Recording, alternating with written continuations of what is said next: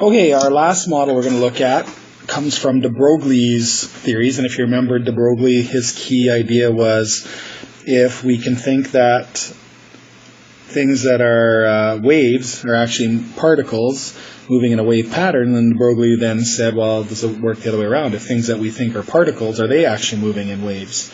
So we already figured out that it was true that things like an electron going around in an orbit should be going in a wave. Things that are a baseball being thrown is actually traveling in a wave. Just the wavelength is so small we don't see the wave pattern. And remember, we still had some problems with Bohr's model. He never addressed the issue of Rutherford, saying that why did the electrons lose their energy or they don't lose their energy if they're giving off EMR. And some of the other issues were that his formulas only worked for hydrogen, and they see that the emission lines, some are brighter than others, so that wasn't really explained. So at the time, Niels Bohr didn't realize how much the whole quantum mechanics and his theories could have been linked together. So he showed that the electrons were in orbit, but using deBroglie's idea, basically those electrons are traveling in a wave pattern. So the key idea then is to merge those two ideas together to say, well, maybe the electrons are actually not really particles, we're actually thinking of them as waves. So the quantum model is thinking that the electrons are actually traveling around in orbit of waves, and according to deBroglie, the electrons have to be in a certain location based on a distance to actually fit a complete wave in. So we know one complete wavelength goes from start to finish, something like that. So if we were to put that around in a circle, instead of just being in a straight line, our wave would go up, and then we'd kind of reflect it back downwards like that. So one complete wavelength would make sort of a circular pattern around the nucleus. So if we had two wavelengths, that would basically, you would get sort of a four-sided shape.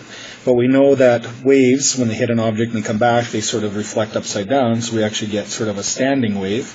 So quite often how we draw these things is we show the wave in one direction, and then we kind of draw it going in the other direction. So for one wavelength, it would look sort of like that. If we had two wavelengths, it would be like four bumps, but it would actually sort of be like another flower sort of shape, but it'd be in between.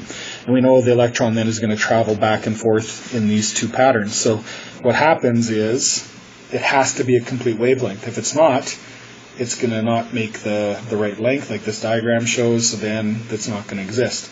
So the idea of Bohr saying the electrons have to be at certain energy levels is true, because those energies have to match one complete wavelength. They have to perfectly wrap around just the same. And if we think of these as waves, then that's fine, because remember, particles give off EMR, if it's an EMR thing like gamma radiation or whatever, but waves don't have to. When we looked at waves in Physics 20, a wave could be a water wave or a spring or whatever. Waves didn't give off EMR. So if we think of the electron as being a wave, then this whole EMR issue doesn't apply. And this model now works for any material. It doesn't have to be just hydrogen. We can go helium, gold, carbon, whatever. This model would be the same. It's just you're going to get more orbits and more wavelengths depending on how many electrons there are. So that's sort of the key idea, that we now think the electrons are more of a wave, and because these waves are going to be going back and forth, around and around, the electron is really not at any one position. It's actually everywhere, because it's going super fast, and it's going up and down in a wave pattern, so we actually think of it as sort of being almost like a scribble.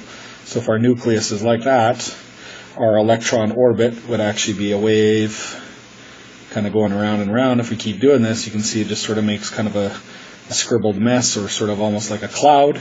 So that's why we call it kind of like the cloud model. There is really no exact location for that electron, but it's going to be somewhere in that range.